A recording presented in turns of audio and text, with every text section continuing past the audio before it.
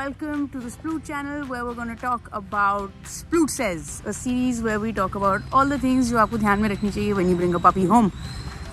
In this video we're going to talk about puppy proofing, which is everything you need to know to make sure that जब आप puppy घर पे ला रहे हैं तो आपका घर ठीक रहना चाहिए, and your puppy should also more importantly feel safe and not ingest something that could be harmful to them or injure themselves in any way. शुरू करते हैं. Also goes without saying कि अगर आपको ये सीरीज़ यूज़फुल लग रही है, अगर आपको ये टिप्स यूज़फुल लग रहे हैं, आपको हमारा कंटेंट पसंद आ रहा है, please make sure you are liking and subscribing to the channel. सबसे पहले बात करते हैं कि पपी प्रूफिंग का मतलब क्या है एग्जैक्टली. जब आप कोई डॉग घर लाते हैं, obviously this is an environment that they are not used to, right.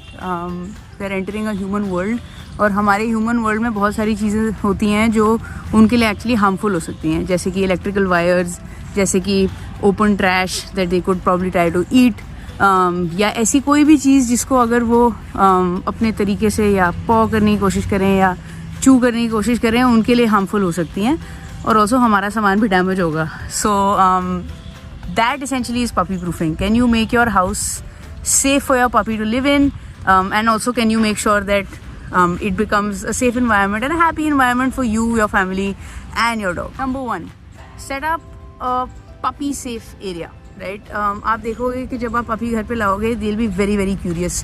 They'll want to go around, आपका पूरा घर एक्सप्लोर करेंगे, स्निफ करेंगे, चाटेंगे, सब कुछ करेंगे, right.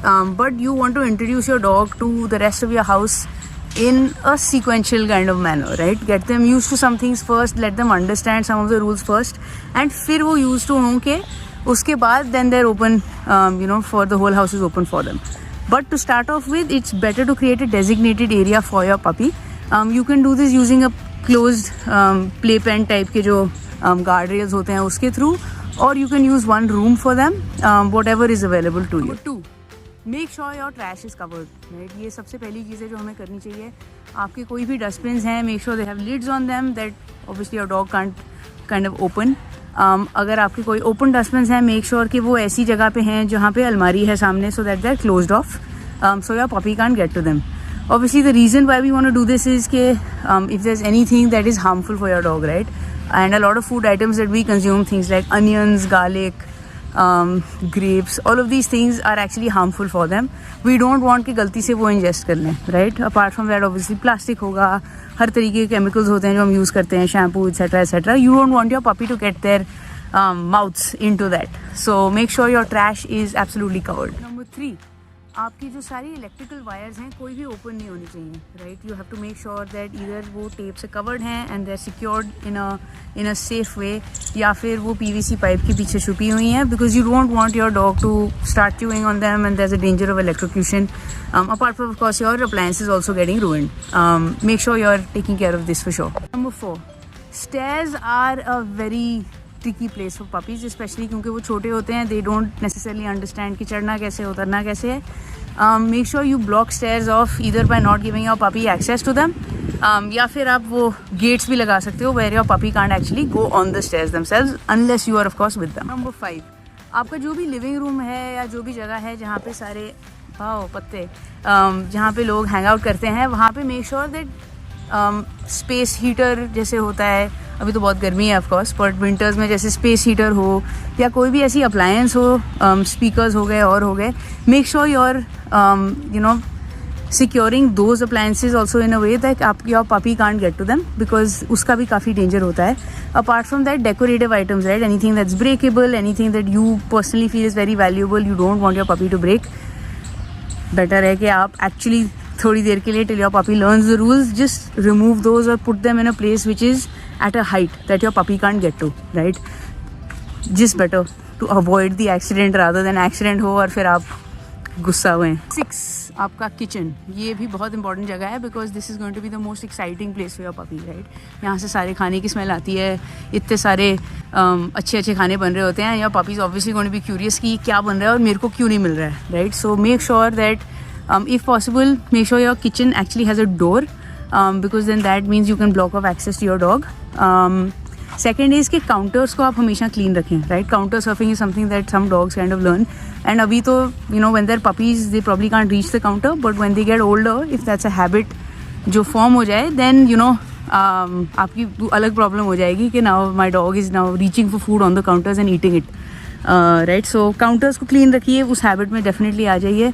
Anything that is sharp, right, knives, forks, anything that can actually hurt them if they hold them in their mouth, make sure it's already kept in drawers or kept in places that they can't access. Same thing with breakable stuff as well.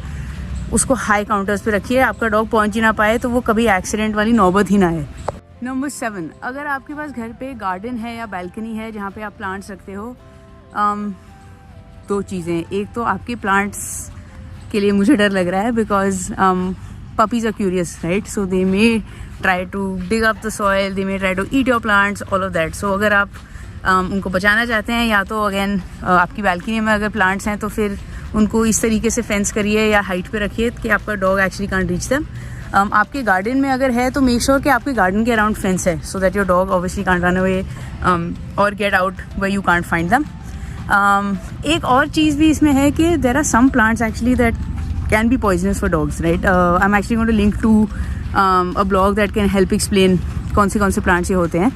Make sure you don't have one of those plants because that could really be problematic for your dog as well. Garden और balcony वाले में एक और चीज़ भी होती है कि fertilizers अगर हम use करते हैं, make sure that those chemicals are also dog friendly, right? Because your dog is essentially going to be in those spaces, they're going to love exploring, digging, smelling, all of that. You don't want कि गलती से कुछ ऐसा ingest हो जाए जो उनको नहीं करना चाहिए. Balcony में एक और चीज़ obviously you have to take care of is the railing, right? You don't want कि आपका dog finds it easy to kind of jump over or anything that can actually cause harm to them.